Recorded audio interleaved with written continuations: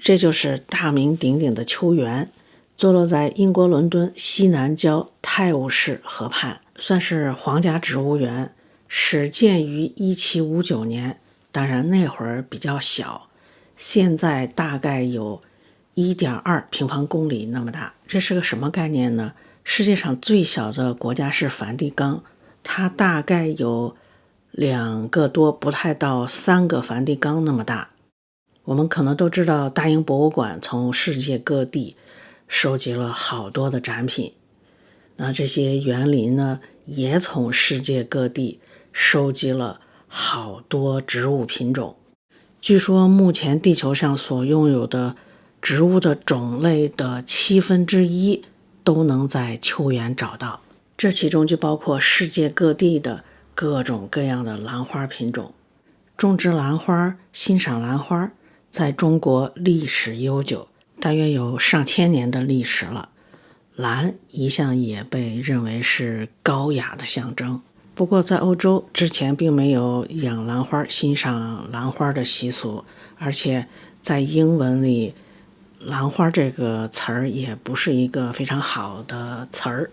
自从大航海以后，欧洲人到世界各地去，带回各种各样的奇珍异宝，也包括各种各样的植物。兰花这么漂亮，自然也被带回了欧洲。如果我们去看关于兰花的历史的书，一定就会提到秋园，因为这个园子里就收集了好多的兰花。每年的2、3月份还有兰花展，不过很可惜，我是4月份到的，没能赶上兰花展。好在离兰花展不远，还是有一部分兰花正开着花。现在我们是走到了一个温室，据说秋园有20多个温室，为了能够养护世界各地的这些植物。不过由于时间的关系，我们只进了3个温室。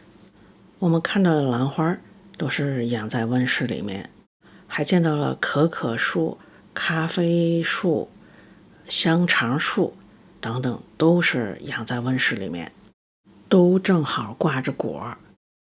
我们见到的香荚兰长得特别粗壮，它就像是绿萝一样，是爬藤的，它那个梗特别的粗。不过很可惜，香荚兰没有挂果，也就是没有结着果荚，也没有正在开花。香荚兰如果看过我之前的视频，可能还记得吧，也叫它香草兰，就是我们平时做点心用的那个香草，很香的香味儿，那个就维尼拉那个，用的是香荚兰开花之后结的那个果荚儿。所以香荚兰虽然也是兰花，花也挺好看的，但主要还是作为经济作物在养。我也有，但长得特别的不好。这就是可可树了。看到树上挂的可可果了吗？还挺多的。这是我第一次到秋园。要说到这个园子里印象比较深的，除了兰花，还有那些郁金香，与青草种在一起的那些郁金香，让我印象比较深刻。之前也见过成片的郁金香，但之前见到的郁金香都是只有郁金香没有草。我觉得草和郁金香这种种在一起的方式更惊艳。这次去英国，除了看秋园，当然也看了英国其他的一些街道啊、博物馆啊等等。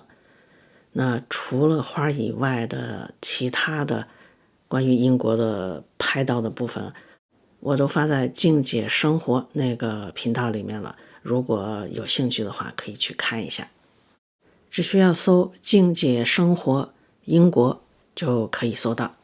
其实从欧洲回来已经好长一段时间了，但最近有点忙，好多拍摄的内容都没有整理出来，之后一定会抽时间都整理出来并且上传。也因为最近忙呢，静姐说话这个频道里也没有发更多的视频。那今天就让我们先一起看看英国秋园里面的花花草草吧。